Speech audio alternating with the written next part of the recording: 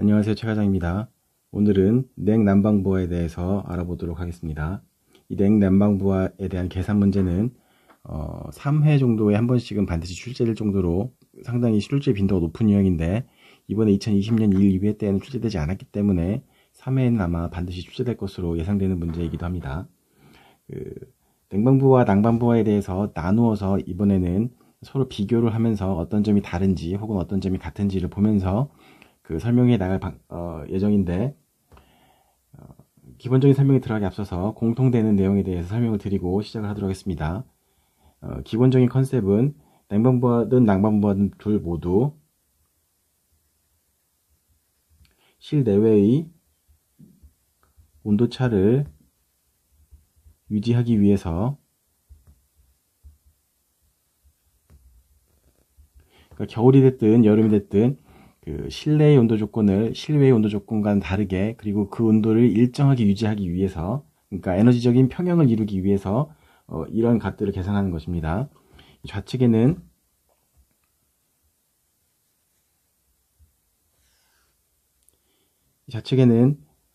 냉방부하에 대해서 설명할 것이고, 이 우측에는 난방부하를 정리해 나가도록 하겠습니다. 냉방부하의 경우에는 실내외의 온도차를 일정하게 유지하기 위해서 제거해야 하는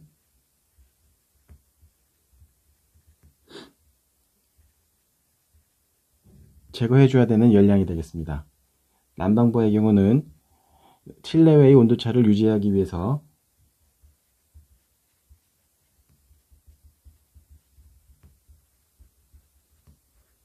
보상해 주어야 하는 열 손실로 정리해 나가시면 되겠습니다.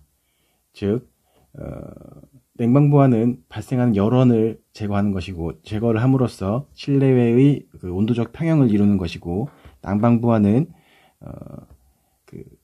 손실된 열량을 보상을 함으로써 실내외의 온도차를 평형으로서 유지하는 그러한 조건이 되겠습니다. 각각을 하나하나씩 적어가면서 정리를 해드리도록 하겠습니다. 우선 첫 번째로는 벽체로부터 취득한 열량이 있습니다. 1번 벽체 취득 열량이 되겠습니다. 벽체에 대해서는 QW라고 표현을 하고 KA 델타 TE가 됩니다. 이때 냉방부하에서의 델타 TE는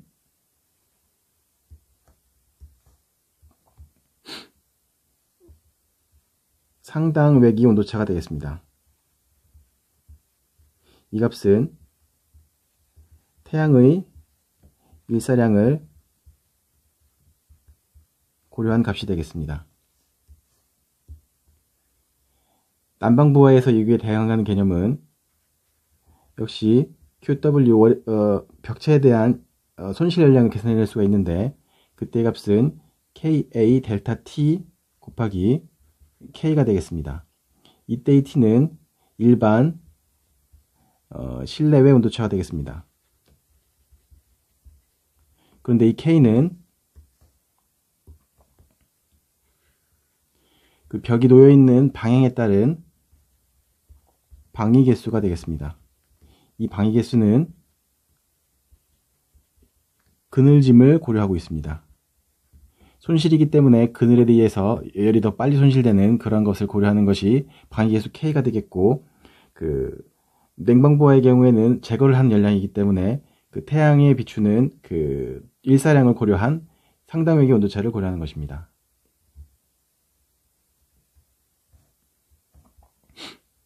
두 번째로 유리창부하가 있습니다.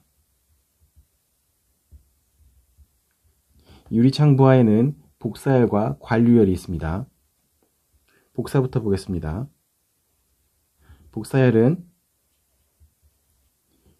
QGR이라고 표현을 하고, 이것은 IGR 곱하기 AG 곱하기 KS가 되겠습니다.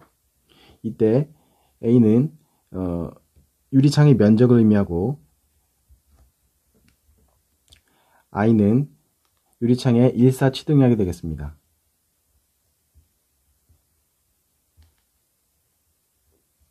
이때 KS는 차폐 개수로서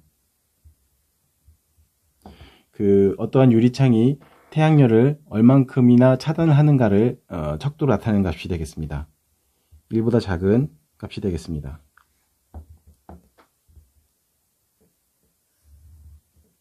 두 번째로 관류열이 있겠습니다. 관류열의 경우에는 QGT라고 표현을 하고 이 값은 KAG 곱하기 델타 T가 됩니다. 이때 이 델타 T를 만약에 문제에서 상당 외기 온도차를 유리값을 주어질 때가 있습니다. 주어질 경우는 델타 T2를 사용하셔야 되고 상당 외기 온도차를 사용하셔야 되고 일반적인 경우에는 일반 외기 온도차를 사용하시면 되겠습니다. 그런데 난방인 경우에는 우리가 정의에서 보상해 줘야 되는 열 손실이라고 했기 때문에 복사열의 경우는 손실이 아니라 획득하는 열량이기 때문에 복사열의 경우는 고려하지 않습니다. 그래서 난방부하의 같은 경우에는 복사열은 밖에서 안으로 들어온 열량이기 때문에 안에서 밖으로 나가는 손실이 아니기 때문에 고려하지 않습니다. 그러나 관류열의 경우에는 안에서 밖으로 열이 손실이 전도로서 손실이 발생하기 때문에 이러한 전도와 대류를 고려한 관류열은 고려를 할 수 있습니다. 이때의 값은 Q, G를 K, AG 곱하기 델타 T 곱하기 K. 이때의 K는 방위 개수가 되겠습니다.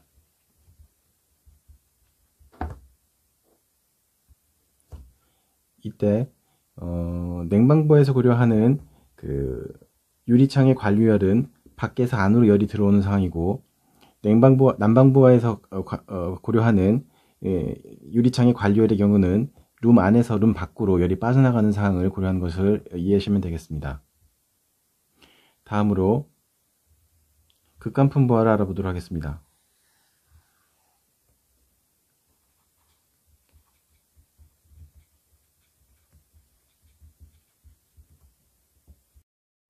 극간풍부하는 현열과 잡열을 모두 고려하셔야 됩니다.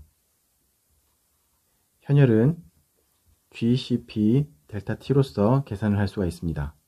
이 값은 1.2 곱하기 1.01 곱하기 Q 곱하기 델타 T로도 계산할 수 있습니다. CP는 1.01이고 질량유량을 부피량으로 바꾸기 위해서 1.2를 곱했습니다. QL은 2501 곱하기 G 곱하기 델타 X로도 계산을 할 수가 있습니다. 이 값 역시 2501 곱하기 1.2 곱하기 Q 곱하기 델타 X로도 계산할 수 있습니다.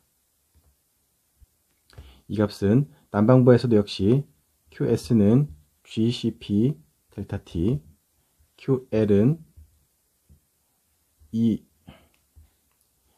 2501 곱하기 G 곱하기 델타 X로 똑같이 계산할 수가 있습니다. 이때 극간풍량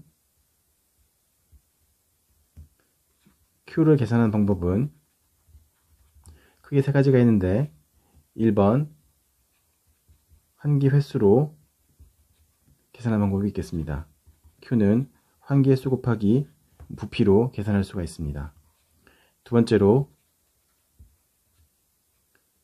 창문 틈 길이로 계산할 수가 있습니다. Q는 창문 틈 길이당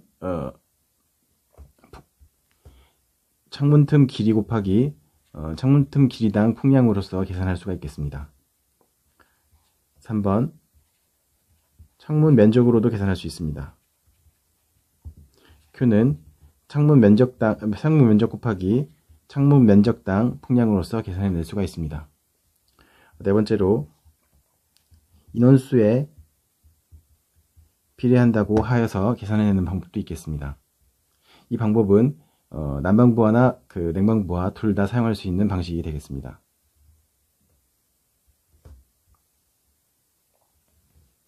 다음으로는 4번 인체 발열이 있겠습니다. 인체 발열 역시 현열과 잠열 모두 고려하셔야 됩니다. 보통 인체 발열은 1인당의 발열수를 주고 사람 수를 줘서 제시한 사람 수에 비례하게 계산하면 되겠습니다. 사람 수에 비례한다고 보시면 되겠습니다. QHS 현열의 경우는 사람 수 곱하기 한 사람당의 현열량을 계산하시면 되겠습니다.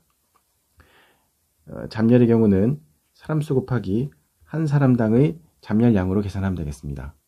이때 이렇게 계산하는 발열량은 열 손실이 아니기 때문에 난방부화에서는 고려하지 않습니다.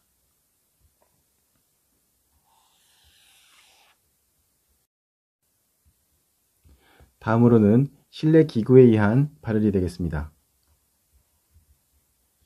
실내의 기구는 특별한 설명이 없으면은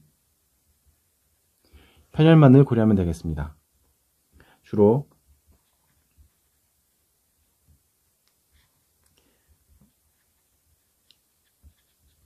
흔히 나오는 유형으로 배열등과 형광등을 놓고서 계산하는 문제가 나옵니다.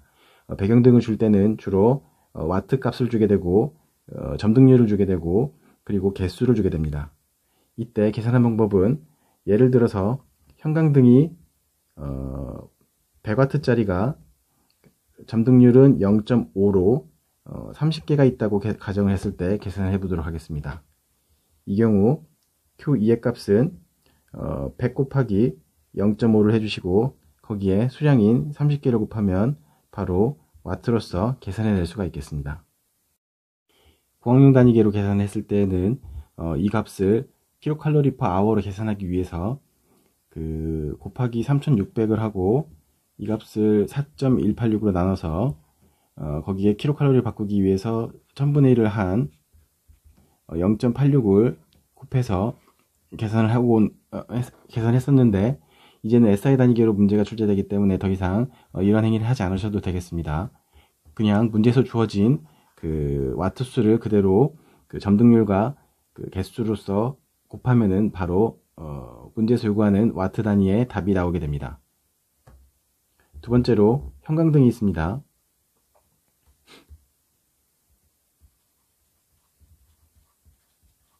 형광등도 마찬가지로 와트가 주어지고 점등률이 주어지고 개수가 주어지게 될 것입니다. 예를 들어서 100W가 0.5의 점등률로 30개가 있다고 가정하고 계산해 보겠습니다. 이때의 경우는 Q2는 100 곱하기 0.5 곱하기 30을 하고 곱하기 1.2를 해주시면 되겠습니다. 이 1.2는 안전기의 발열량이 되겠습니다. 이 안전기가 무엇인지를 모르시는 분들이 종종 있어서 이 안전기가 무슨 기관인 것처럼 오해하시는 분들이 계신데, 우측에 보이시는 것이 일반적인 형광등의 모습인데 여기에서 보이시는 요 부품이 안전기입니다. 따라서 이 형광등에서 내는 발열량 플러스 이 자체에서 20%에 해당하는 발열량이 발생한다는 것을 고려해야 된다는 것이 이 안전기에 대한 해석이 되겠습니다. 유념해 주시기 바랍니다.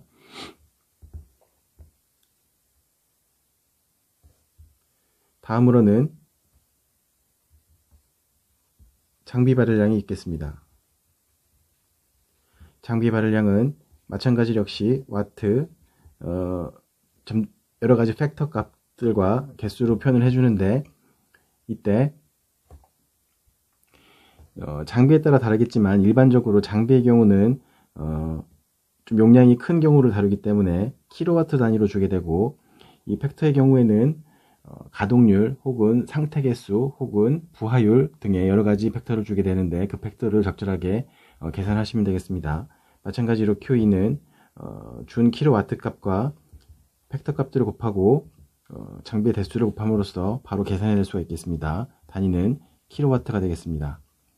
그런데 대부분의 경우에는 이러한 장비나 기구에서 주는 발열량들은 난방의 효과에서는 서로 고려하지 않는, 그러니까 난방부하는 열 손실을 고려하기 때문에 이것은 열의 획득이지 손실이 아니기 때문에 별도로 고려하지 않는 값이 되겠습니다.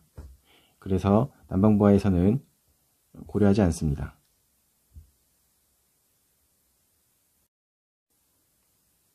마지막으로 외기량을 보겠습니다. 외기량 역시 현열과 잡열을 모두 고려하셔야 됩니다. 이때 현열의 양은 QCP 델타 T, 즉 1.01 곱하기 1.2 곱하기 Q 곱하기 델타 T, 그리고 QL은 2501 G 델타 X, 즉 2501 곱하기 1.2 곱하기 Q 곱하기 델타 X를 쓰면 되겠습니다. 이때 난방부와 냉방부도 모두 사용할 수 있는데, 냉방부와의 경우에는 외기로부터 들어오는 열량, 그리고 난방부의 경우는 바깥으로 배출되는 열량에 대한 보상을 위한 열량을 계산할 때 사용하시면 되겠습니다. 전체적으로 다시 한번 리뷰를 해보면, 결국에는 실내외의 온도차를 유지하기 위해서, 그러니까 즉 방의 온도 평형을 위해서 난방부의 경우에는 보상해줘야 되는 열 손실, 냉방부의 경우에는 제거해야 되는 열량이 되겠습니다. 이게 막상 풀어보시면은 실수가 좀 나오실 것인데, 연습을 많이 해보는 게 가장 중요할 것이고, 그리고 자기가 이렇게 계산을 하면서 내가 지금 구하고 있는 게 냉방부하인지 난방부하인지, 그리고 혹은 내가 지금 구하고 있는 게 제거하는 열량을 계산하고 있는 건지, 혹은 보상해야 되는 열 손실에 대한 값을 계산하고 있는 건지를 염두에 두시면서 연습을 충분하게 해보셔야지 실전에서 헷갈리지 않고 문제를 풀 수 있으실 것입니다. 직접 여러가지 문제를 보면서 기출문제를 보고 연습해 보시기를 추천드리겠습니다. 오늘 여기까지 하겠습니다. 본 내용 중에 혹시 질문 있으신 분은 댓글에 남겨주시면 답글을 달아드리도록 하겠습니다. 도움이 되셨다면 좋아요와 구독 부탁드리겠습니다. 감사합니다.